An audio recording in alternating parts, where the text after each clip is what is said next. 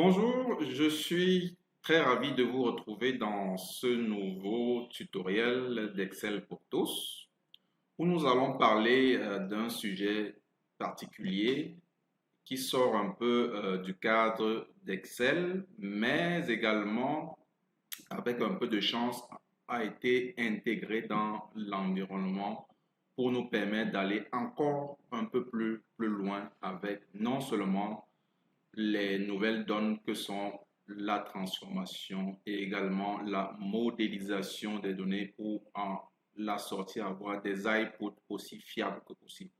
Donc, aujourd'hui, nous allons parler de fusionner les fichiers Excel à l'aide de Power Query.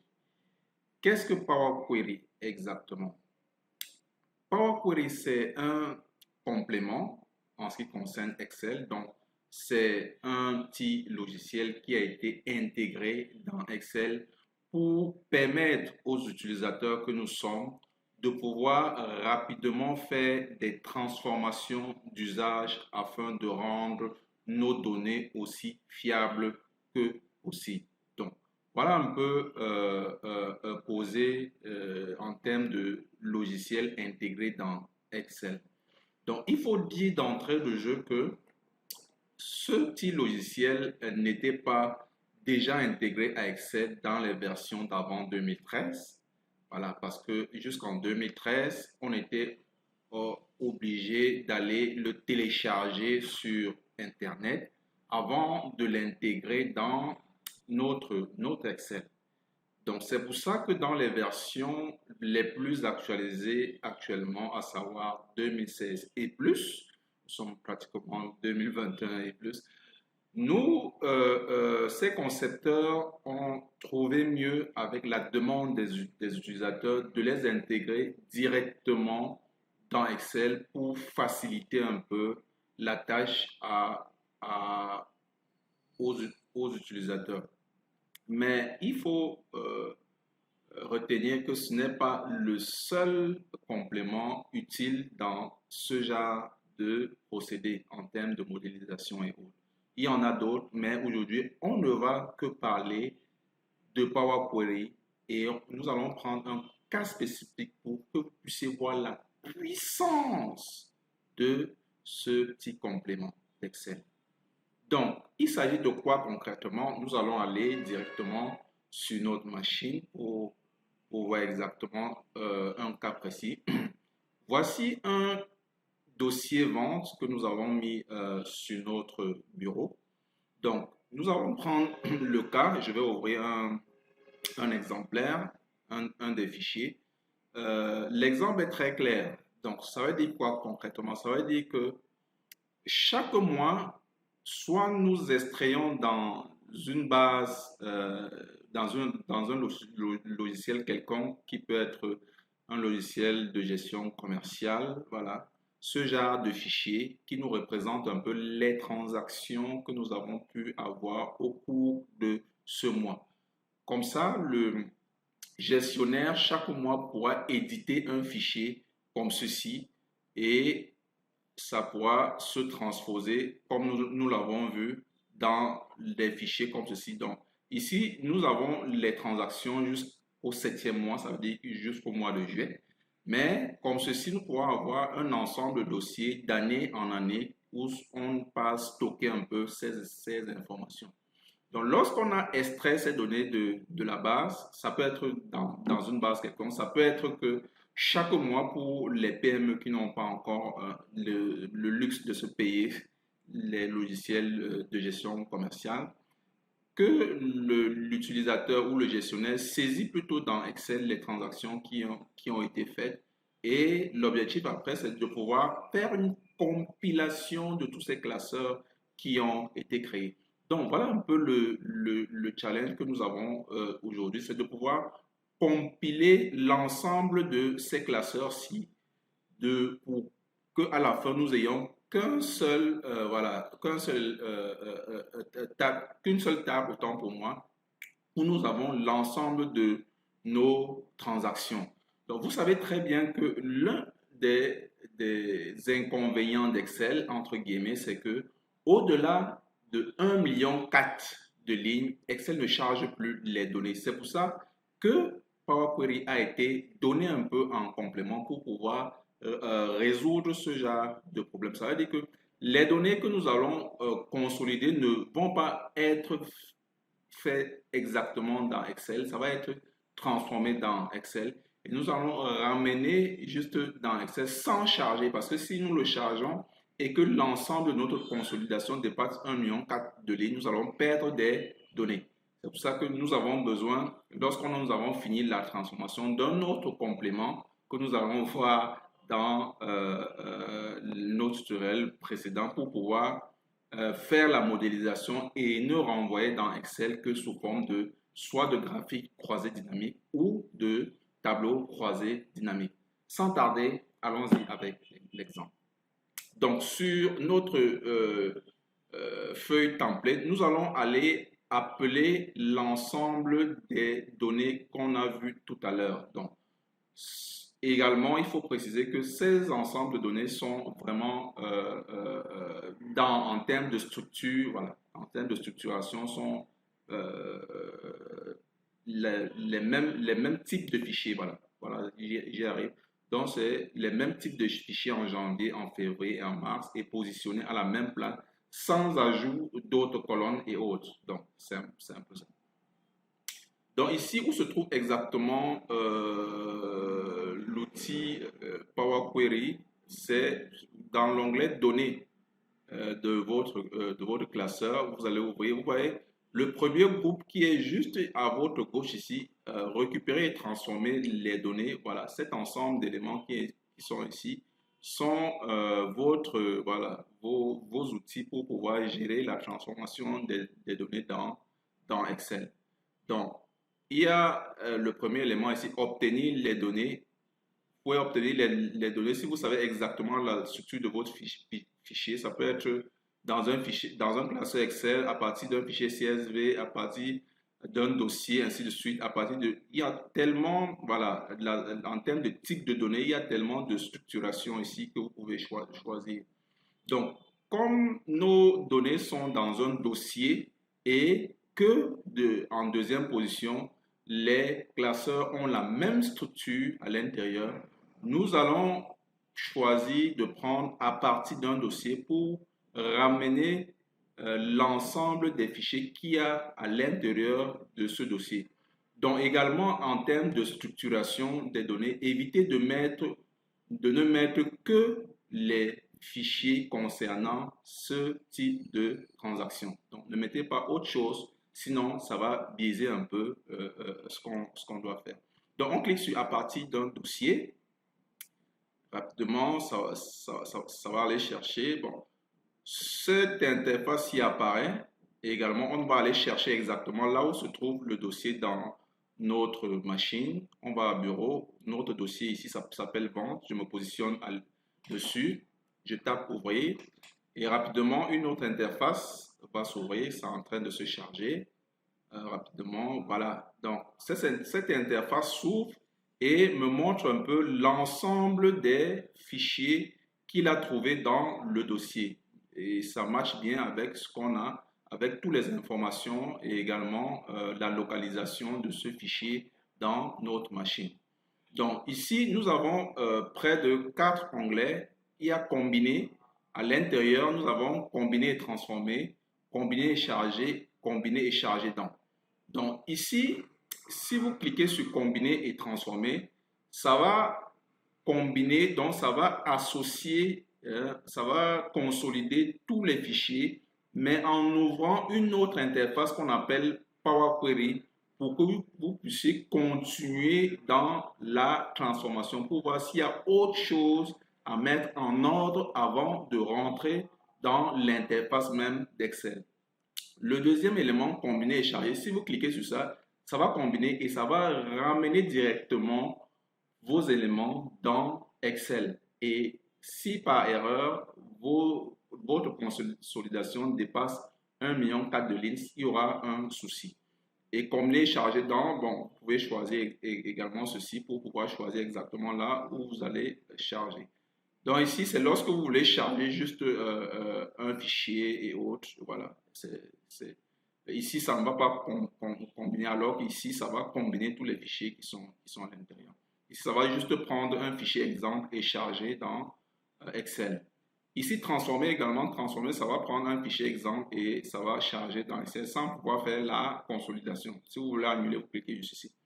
Donc, nous, on va choisir de combiner et transformer. Donc, ça va faire le travail, évaluation de requête. Vous voyez, rapidement, nous aurons droit à une seconde d'interface, voilà, qui va.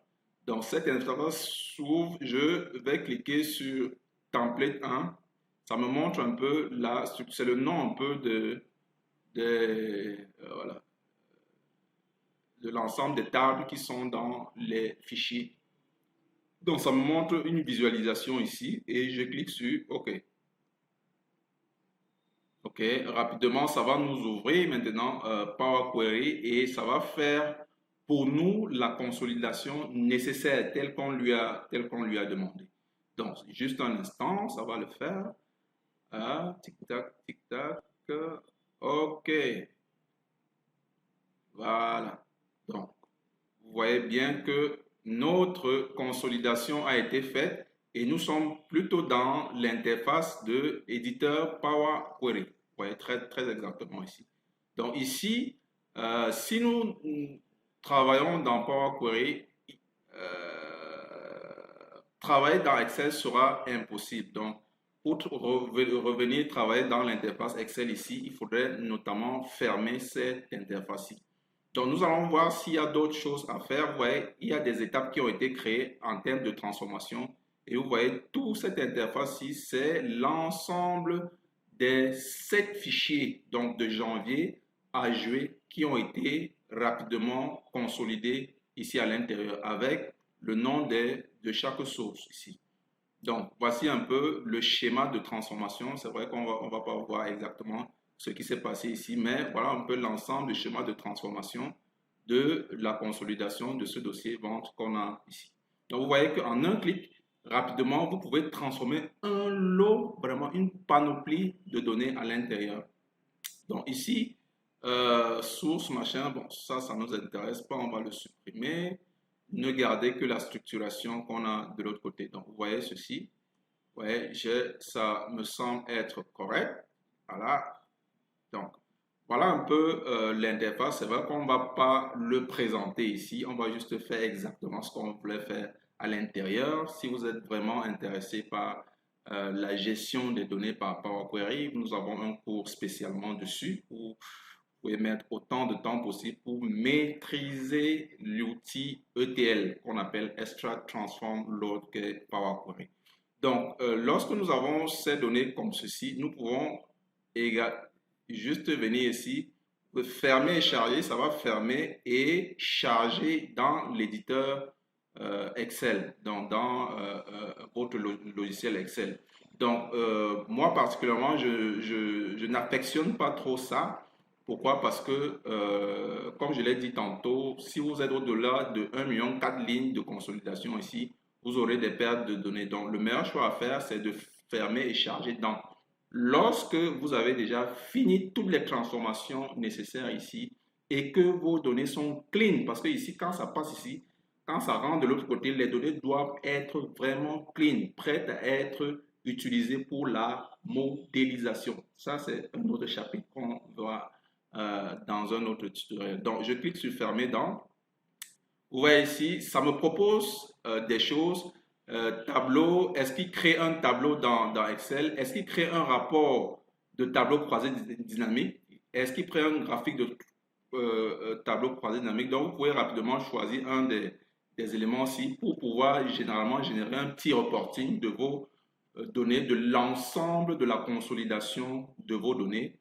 Ou est-ce que ne créer que la connexion? Donc, vous pouvez garder, ça ne va pas charger dans Excel, mais ça va créer une connexion là où vous pouvez venir à chaque fois quand vous aurez besoin de cet élément, vous pouvez cliquer dessus et venir générer votre reporting. Ici, c'est juste pour aller mettre votre donnée prête à la modélisation dans toujours un autre complément d'Excel. Donc, voilà un peu ici, on peut créer un rapport ou un graphique, ça dépend vraiment de vous. Si je clique sur rapport croisé dynamique, vous allez voir rapidement, voilà, vous allez voir rapidement, ça va générer un ensemble d'éléments. Donc, ça appelle tous les éléments qui étaient de l'autre côté, ça va les charger ici en me créant rapidement un tableau croisé dynamique ici où je peux généralement positionner voilà, mes éléments de reporting. Vous voyez, ici j'ai mes requêtes et connexions, ça je peux le fermer ici. Et voilà, vous voyez, j'ai à peu près 3446, 346 610 lignes chargées. Vous voyez un peu. Au fur et à mesure, on est dans l'hypothèse qu'au fur et à mesure que les données dans le dossier de base vont être chargées en termes d'informations, août, septembre, ainsi de suite. Voilà, chaque fois que ça va se charger, le nombre de lignes également va s'augmenter. Vous voyez que la puissance de Power Query ici, c'est que toutes ces lignes qui sont chargées ne sont pas chargées dans Excel. Donc, Excel, en termes de capacité, vous voyez, vous avez également ce risque que votre fichier Excel peut prendre du volume. Et lorsque ça prend du volume, même pour l'envoyer à quelqu'un, ça sera véritablement impossible au-delà d'un certain nombre de capacités. Donc, ça également, c'est un très bon un avantage pour utiliser Power Query. Donc, ça essaye de faire une compression de l'ensemble des données compilées ici. Et vous voyez, je peux rapidement jouer avec mes données ici. Vous voyez un peu, voilà. Je peux rapidement sortir un ensemble de reporting ici directement avec les données qui sont à ma disposition. Vous voyez. Donc, c'est vrai que ce n'est pas un cours ce n'est pas un cours de tableau croisé dynamique, mais je vous montre directement la puissance de cet outil. Voilà, la puissance de cet outil. Vous voyez un peu l'unité vendue. J'ai déjà un certain nombre d'éléments ici que je peux positionner au niveau d'un certain nombre de reporting. Vous voyez?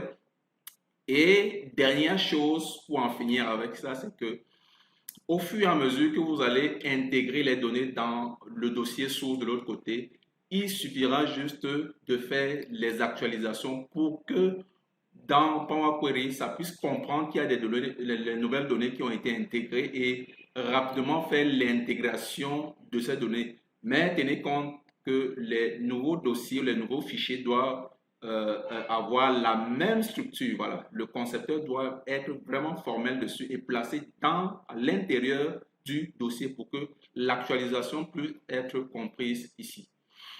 Donc, voilà un peu ce que je voulais vous montrer aujourd'hui. Voilà la puissance un peu de ce qu'on appelle aujourd'hui Power Query. Power Query dans Excel. Ce sont des compléments vraiment très, très, très puissants et que j'invite tous les gestionnaires de données, s'ils ne l'ont pas encore intégré dans l'utilisation, dans la transformation de leurs données, qui puissent rapidement s'intéresser à cet outil super puissant qui nous évite un peu les fonctions à n'en plus finir dans Excel. Ça ne veut pas dire que les fonctions ne sont pas intéressantes. L'ancienne manière de fonctionner, dans certains cas, peut encore être intéressant. Mais si nous trouvons un chemin comme celui-là qui nous facilite, qui nous fait gagner en temps, ainsi de suite, je pense que ça serait la meilleure solution. Donc, nous ne pouvons que vous dire merci d'avoir suivi ce tutoriel. J'espère que je n'ai pas été assez long, mais il y a des formations spécifiques que nous offrons dans ce sens-là, que ce soit la modélisation des données avec le complément Power Pivot qui va nécessiter un de nos prochains tutoriels et également la formation sur Power Query et comment générer un dashboard, un tableau de bord en utilisant Excel, Power Query, Power Pivot associés pour arriver à des reportings ou bien des tableaux de bord assez dynamiques et intéressants dans Excel. Donc, merci de nous avoir suivis ce matin. Donc, nous espérons que vous avez aimé ce que nous avons présenté ce matin. Encouragez-nous, mettez un pouce, mettez votre commentaire. Voilà. Vous pouvez actualiser en termes de données. Il y a certainement certaines choses qu'on n'a pas dit, vous pouvez mettre en commentaire. Ça va nous permettre, pas seulement nous, mais ceux qui également sont là pour acquérir certaines notions, de pouvoir, voilà, de pouvoir compléter un certain nombre de choses. Donc, ceci, nous ne pourrons que vous dire bonne journée, excellemment vôtre et ciao, à plus.